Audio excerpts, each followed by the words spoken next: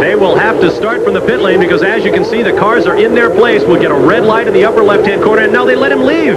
They let Mansell leave the pits, and there goes Nannini. Now we've got a problem, but they're waving the green flag. Are they going to start the Grand Prix with 2 cars on the race course? I can't believe it. They are. We've got a red light somewhere out there on the race course as you watch Alain Prost pull away.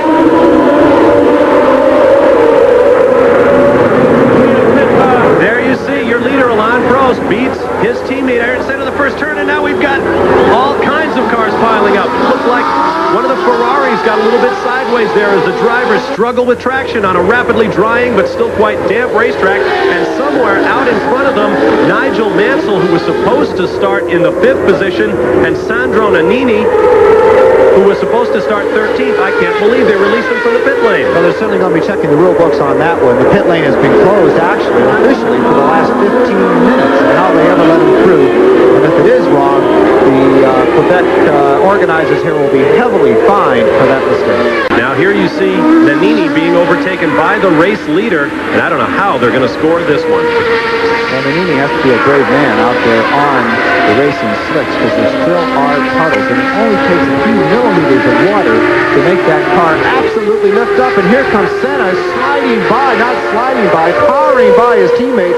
It almost looked like Prost had a problem. He does. He's going into the pits. Maybe not a problem, but just for a tire change. We'll see. The pit entry is on one of the most terrifying turns in all of Formula One. There you see Alain Prost pulling into the McLaren pits for his change to slick tires. And they finished 1-2 here a year ago in Canada, but will not happen this year. Alain Prost has already retired his McLaren with suspension damage, as you heard. Meanwhile, you're looking at your leader, Riccardo Patrese, and as you recall, he led earlier this year in Rio. He has 2 Formula One victories to his credit, despite having competed in 180-plus Formula One events. The all-time Methuselah among Formula One drivers is Riccardo Patrese.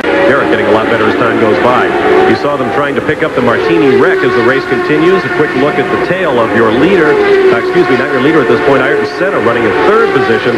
Things are really getting hectic out of here with all of the pit stops that we've had and the on and off rain conditions. It is not raining at present here in Canada.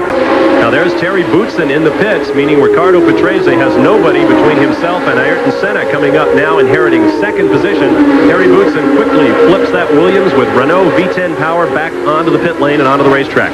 There is Senna making his way around in search of the leader, Riccardo Patrese. And the second he left the pits, it started to downpour again. Now let's keep an eye on this guy for a while. Ayrton Senna is on slick tires, and as we said, it is raining on the front portion of this racetrack where he is about to go right now.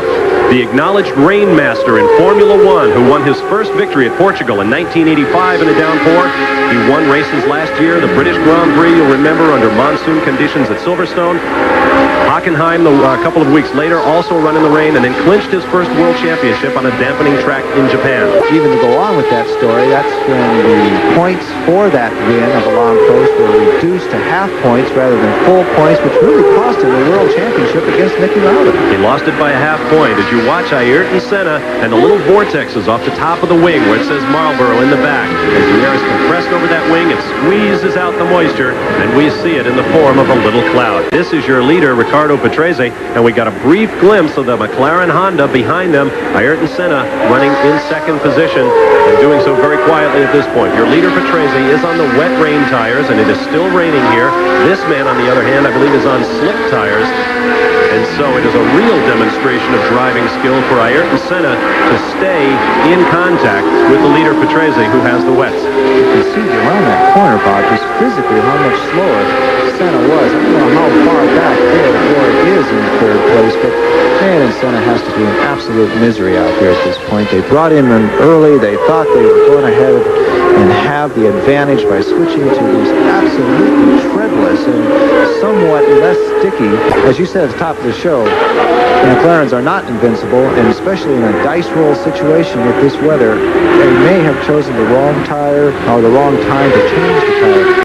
Corner around the circuit to go ahead and just pick the cars up and put them down and out of harm's way. Ayrton Senna making it very wide on that particular corner. Again, he's got to be in trouble.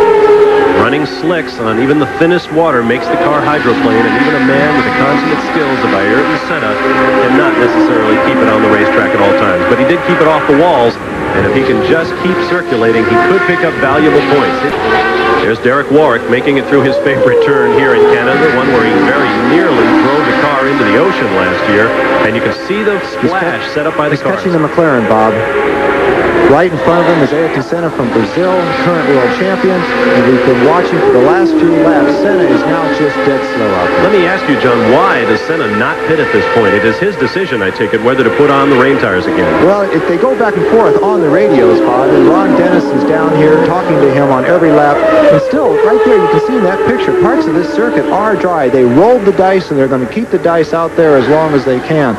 If it turns dry, everyone who is on reins is going to have to come in, and that would put this gentleman from Brazil back in the lead. But Derek Warwick's all over his gearbox. Derek would love to do nothing more than pass the current world champion into second place. There he goes, Derek Warwick down the inside. Senna's not going to let him through.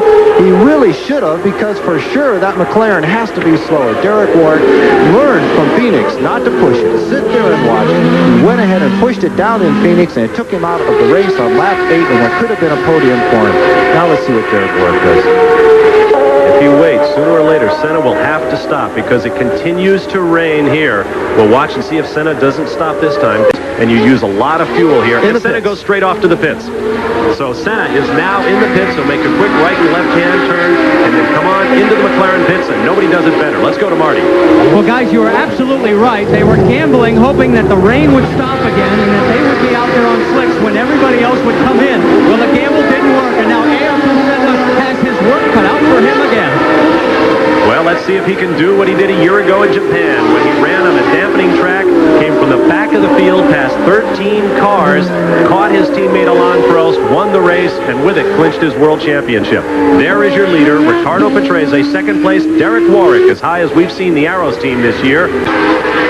There you see Ayrton Senna now out there on rain tires. As John mentioned, he entered the racetrack in 6th position. He is now up to 5th place, having gotten by Rene Arnoux, which in itself is a Sisyphean task. And he presently runs in 5th behind Patrese, Warwick, Larini, and Caffey. The gap is 27 seconds between Patrese and Warwick. Larini another 15 seconds back. 6 seconds further adrift, you'll find Alex Caffey. Another 6 seconds back to this man, Ayrton Senna, the defending world champion. We have a pit stop down in the pits. We have one of the Coloni's. It's Alex Caffey and the Dallara in the car. Both of our in-car cameras are now out of the race. Sandro Nannini is gone, as is Stefano Modena in the Brabham. So we have no in-car to show you at this point, and we apologize for that, because if you've seen it before, you know it's spectacular. There, with a long shot through a big camera lens, you see just how awful it's getting out here. I hate to keep reiterating it, but we're in a nice, cool, dry booth. Unfortunately, Marty's down there in pit road, probably up to his knees in water by now, and it has become a hydroplane festival here in Canada. As Ayrton Senna makes his way out, that is a look at ground level on pit road. Now here's a replay of the incident between Larini and Moreno. Looks like Larini missed a shift or something, and Moreno cruised on past. Nicola Larini with a problem out there. We have our leader in the pits, down in the Williams pits. We go to Marty Reed. Well, Riccardo Patrese, race leader into the pits, and I'm looking at the tires, and you're absolutely right, John. He's got them down very, very thin from running them a little bit too hard when it was semi-dry. But now he's got fresh rubber, and he's back underway. But he is underway too late. I know Ayrton Senna has gone by, and I assume Derek Warwick has as well, so that pit stop is going to cost Patrese the lead. Sandro Nannini and Riccardo Patrese have been kept off of the top of the rostrum. What a thing it would be if Derek Warwick, just going out of your picture to your left, there's the interval back to Ayrton Senna. If Warwick can just hold on, he's got a long way yet to go. And behind him, the fastest man under adverse conditions in Formula One, probably the fastest man under any conditions in Formula One, Ayrton Senna. Senna has certainly gained some closeness to Derek Warwick on that particular maneuver. Derek was held up by Christian Danner, the German driver, in the Real. I'm sure Christian's going to let Senna through, but right now we have Ayrton Senna, the worst man you would ever want on your gearbox ever, is right behind Derek Warwick. Well, John Andretti would like very much to join Eddie Cheever of the Arrows team as an American in Formula One, but we'll just have to wait and see. Of course, there's quite a learning curve, no matter how much experience a driver has when he goes into Formula One. It's 16 new circuits, as on the inside, very easily, Derek Warwick actually let Ayrton Senna by. He took the option of remaining alive out there and keeping the car all in one spot and on the track. And now he's in that spray trying to figure out where to go, because I report that Ayrton Senna has no rain light. Ayrton Senna going very wide on that corner, getting off the brakes again. He was pushing very hard on the brakes. When he was catching Warwick, it was under braking into every one of the slower corners. It was on the brakes that Senna went ahead. Here's the replay. You can see Ayrton Senna coming up on the brakes. Warwick looked into his mirror very briefly right there, let him by, no chop whatsoever, almost collected his gearbox, but then on the very next corner, Ayrton Senna went sailing off and over the white line. The Formula One Submarine Races of Canada coming your way on this Father's Day weekend here on ESPN. We have had an absolute monsoon here as you watch Ayrton Senna in the #1 car, designating the world champion, making his way around Alex Caffey in the Dallara. Down the long front chute they come, along the Olympic rowing basin here, outside of the 1976 Olympic Games. There you see Senna, and as you can see, it is starting to rain heavily once again on the front stretch. It has been on and off cloudbursts all day. For a while, we thought they might stop this race just past the halfway mark.